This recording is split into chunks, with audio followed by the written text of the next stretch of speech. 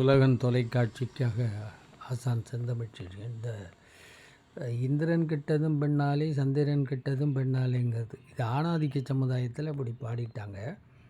இந்திரன் கெடுத்ததும் பெண்ணைத்தான், சந்திரன் கெடுத்ததும் பெண்ணைத்தான்னு பாடியிருக்கணும். அது புராணத்தை விட்டுருவோம்.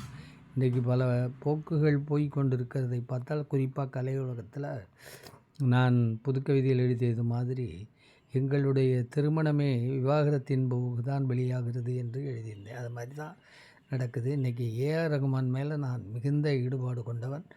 இளையராஜா எப்படி ஒரு மேதையாகி இந்தி பாடல்களை எல்லாம் இந்த மண்ணை விட்டு விரட்டுற சாதனை புரிந்திருந்தாலும் பெரியாருக்கு இசையமைக்க மாட்டேன் என்று சொன்னவுடன் நான் கிட்டத்தட்ட ஒரு கட்சி மாறியவனாகவே ஆகி இருந்தேன். எல்லா புகழும் இறைவனுக்கே என்று தமிழனாக வாழ்கின்ற ஏஆர் ரஹ்மான் மீது தான் எனக்கு அதிக பற்று. இப்பொழுது அவர்கள் குடும்பத்தில் பிளவு பிரிவு ஏற்பட்டிருப்பது தனிப்பட்டதாக இருந்தாலும் மிக வருத்தத்துக்குரியது. ஒரு நல்ல தமிழனை, ஒரு நல்ல தமிழ் இசை மேதையை, உலகளாவ பறந்த ஒருவரை இந்த அளவுக்கு கொண்டு விட்ட அந்த சூழலை தவிர, இயற்கையை தவிர வேறு எதை நாம் சபிக்க முடியும்?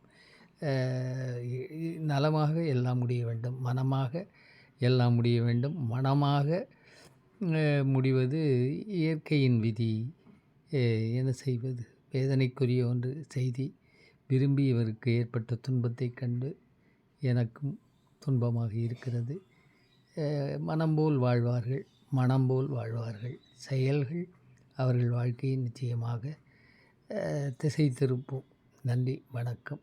உலகன் தொலைக்காட்சிக்காக ஆசான் செந்தமிழ்ச்செழியன், மெய்யறிவு மையம்.